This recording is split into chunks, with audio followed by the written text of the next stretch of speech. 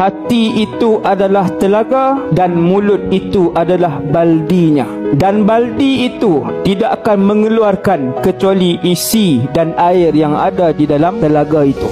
Apa yang ada di dalam hati, bagaimana keadaan hati, itulah yang akan dikeluarkan oleh mulut.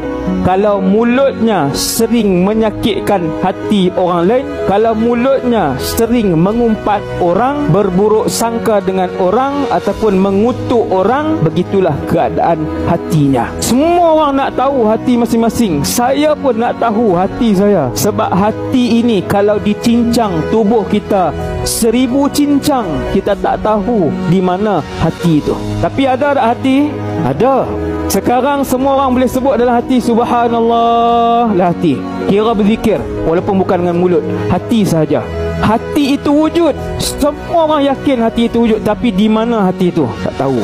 Maka semua orang nak tahu keadaan hatinya.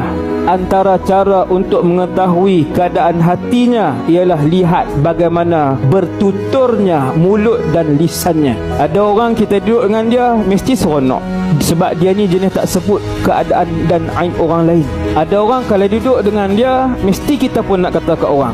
Yang ni kena jauhkan diri kita. Jangan terlalu kerap dengan orang-orang yang mengajak kita melakukan dosa dengan Allah. Minta diri.